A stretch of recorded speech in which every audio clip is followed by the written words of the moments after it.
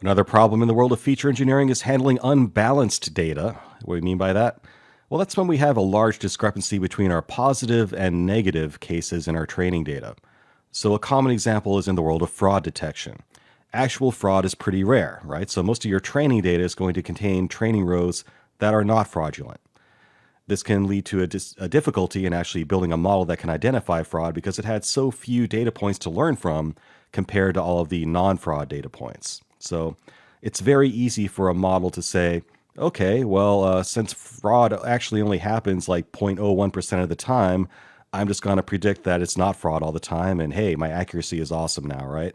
So if you have an unbalanced data set like that, you can end up in a situation like that where you have a machine learning model that looks like it has high accuracy, but it's just guessing no every time. And that's not helpful, right? So there are ways of dealing with this in feature engineering. Now, first of all, don't let the terminology confuse you. This is actually something that I got hung up on a lot at first. When I say positive and negative cases, I'm not talking about good and bad. So don't conflate positive and negative with a positive and negative outcome. Positive simply means, is this the thing that I'm testing for? Is that what happened?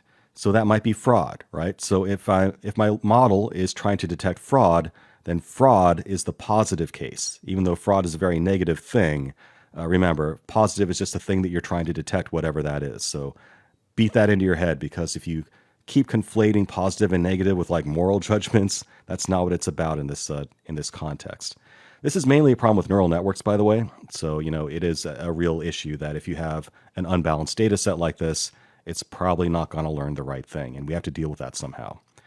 What's one way of dealing with it? Just oversampling is a simple solution. So just take samples from your minority class. In this example of fraud, just take more of those samples that are known to be fraud and copy them over and over and over again. Make an army of clones, if you will, of your fraudulent test cases. And you can do that at random. You would think that that wouldn't actually help, but it does with a neural network. So that's a very simple thing you can do. Just fabricate more of your minority case by making copies of other samples from that minority case. The other way you can go is undersampling. So instead of creating more of your minority cases, remove the majority ones. So in the case of fraud, we'd be talking about just removing some of those non-fraudulent cases to balance it out a little bit more. However, throwing data away is usually not the right answer. I mean, why would you ever want to do that? You're discarding information, right?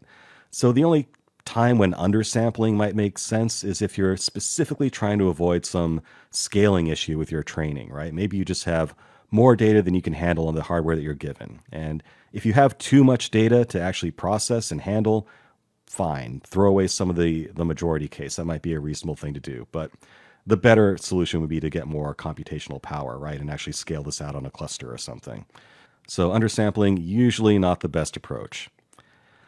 Something that's even better than undersampling or oversampling is something called SMOTE. And this is something you might see. It stands for Synthetic Minority Oversampling Technique, kind of a creative acronym.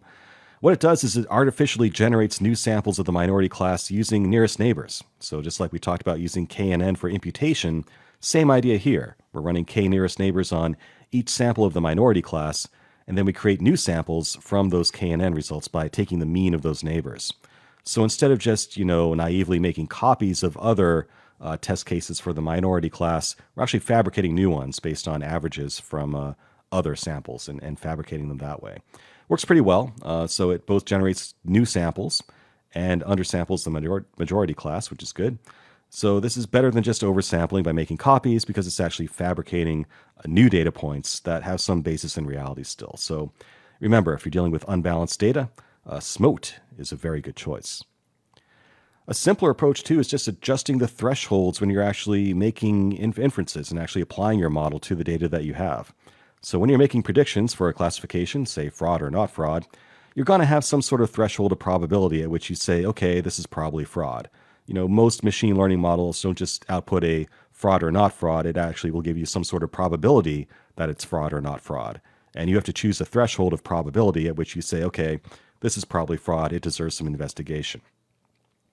So if you have too many false positives, one way to fix that is to just increase that threshold, right?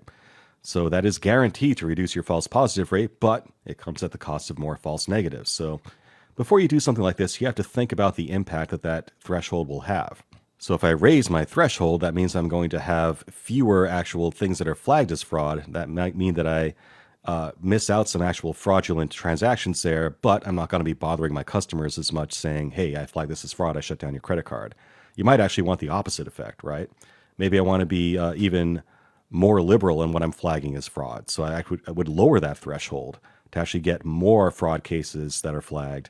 And fraud might be a case where you're better off guessing wrong if it's not fraud than the other way around, right? So you need to think about the cost of a false positive versus a false negative and choose your thresholds accordingly.